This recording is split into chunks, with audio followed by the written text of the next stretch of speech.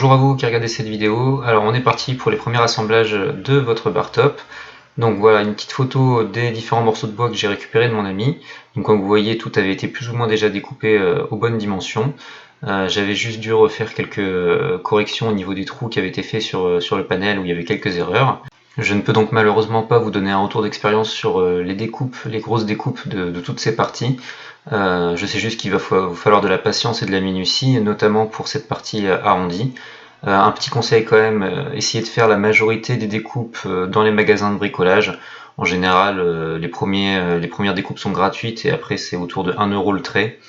Je pense que ça vaut le coup pour avoir une meilleure régularité du trait et une meilleure finition.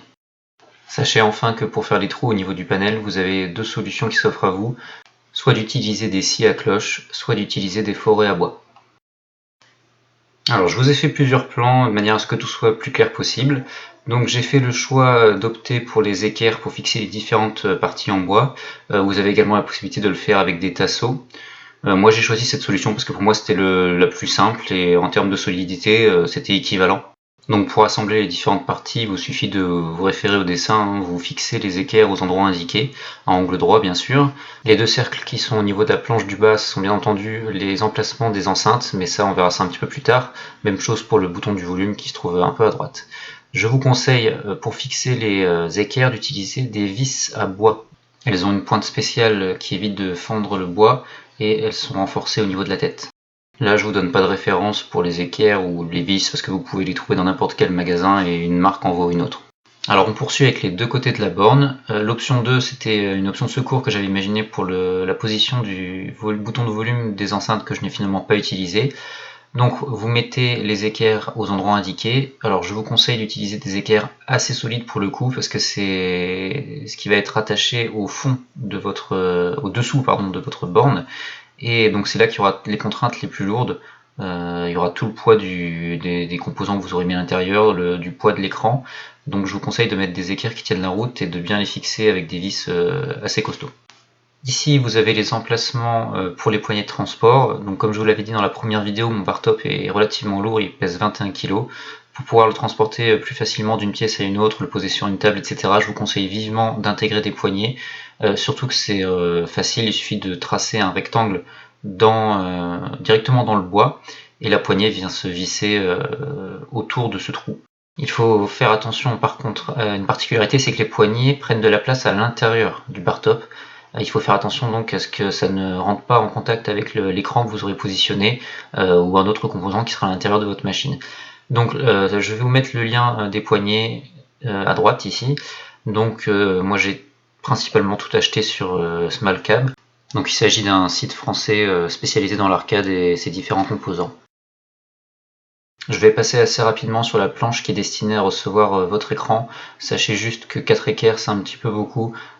Si vous n'en mettez que 2, ça suffira largement à soutenir votre écran, qu'importe son poids. On va passer à une partie du montage qui est assez technique. Je voulais avec mon panel pouvoir le faire basculer d'avant en arrière afin de pouvoir accéder au branchement assez facilement de manière à pouvoir faire les petites opérations de maintenance, s'il y a un câble qui se détache, s'il y a un réglage qui est mal fait au niveau des boutons. Vous n'avez pas besoin de démonter entièrement votre bar top. Pour ce faire, il faut installer des charnières piano à la base de votre panel afin de pouvoir le faire basculer d'avant en arrière. Sa stabilité, une fois refermée, est assurée par deux aimants placés de part et d'autre. La force des aimants étant au minimum de 5 kg, ce qui évitera à votre panel de bouger pendant le jeu avec l'utilisation des boutons.